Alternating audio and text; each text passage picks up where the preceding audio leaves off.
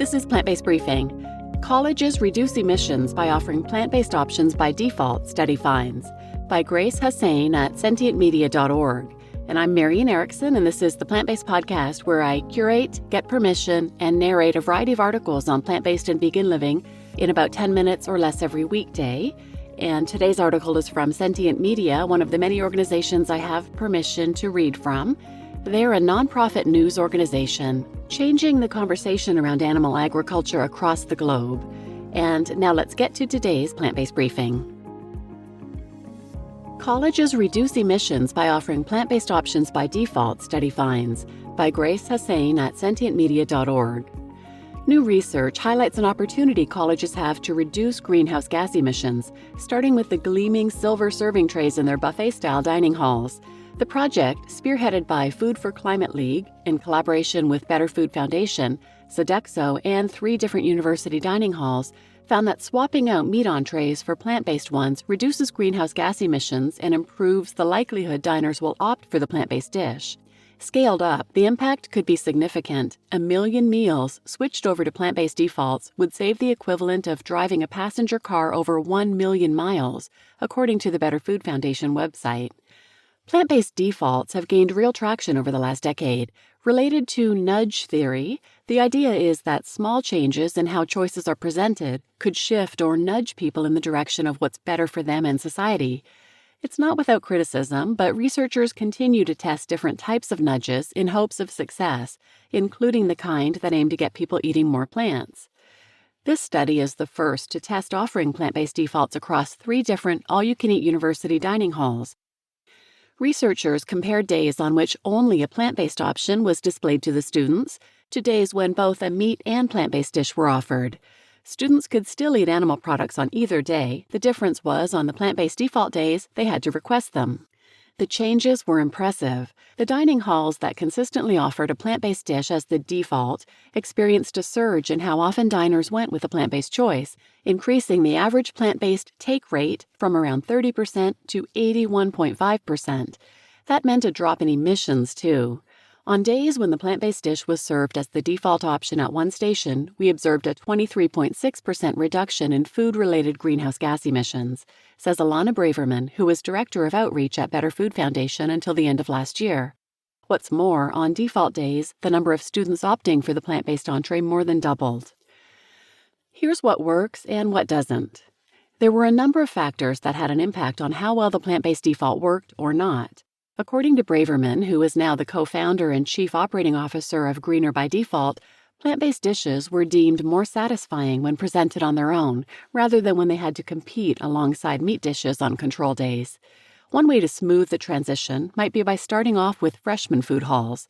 If you're looking to add more plant-based items to a university menu, it's probably best to do it first in the freshman dining hall at the beginning of a new school year, so that new students simply experience those options as the norm without even realizing that a change has taken place, Braverman says. One of the 3 universities in the study, Rensselaer Polytechnic, made some missteps in implementing plant default days. Instead of allowing students to make up their own minds, both meat and plant entrees were placed in the student's view. One staffer acted surprised when a student wanted the tofu option in addition to the meat, potentially swaying the student's perception of the animal-free dish. Previous attempts to introduce plant-based meals had fallen flat, according to staff, resulting in reduced student interest. The approach of the current study, swapping out a single dish instead of an entire station, proved so popular with students that staff at 2 universities created plans to incorporate the test dishes into their routine offerings. Successfully implementing plant-based defaults means engaging the staff who are tasked with preparing and serving the new options. Unlike in previous research into defaults, the researchers talked with staff concerning their experience preparing the plant-based offerings and found that generally dining hall workers enjoyed working with the new dishes. College campuses at the forefront of the climate battle. This research is just the latest development that suggests Gen Z and college campuses have the potential to be leaders in the fight against climate catastrophe. As Gen Z, those born between 1997 and 2012, grow into adulthood, they're eating more plant-based foods. Already, 79% of the generation are choosing to go meatless at least 1 day a week, while 65% are looking to eat even more plant-based diets.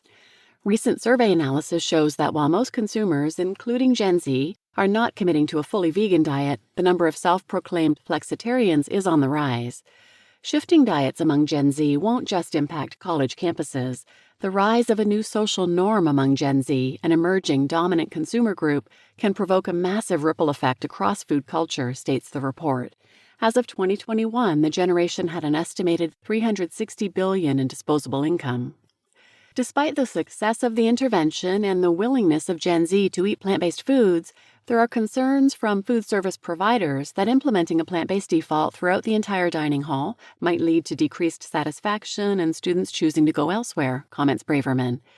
Braverman and the team are determined. For their next research project, they want to challenge these assumptions by showing what a successful default plant-based dining hall looks like in action.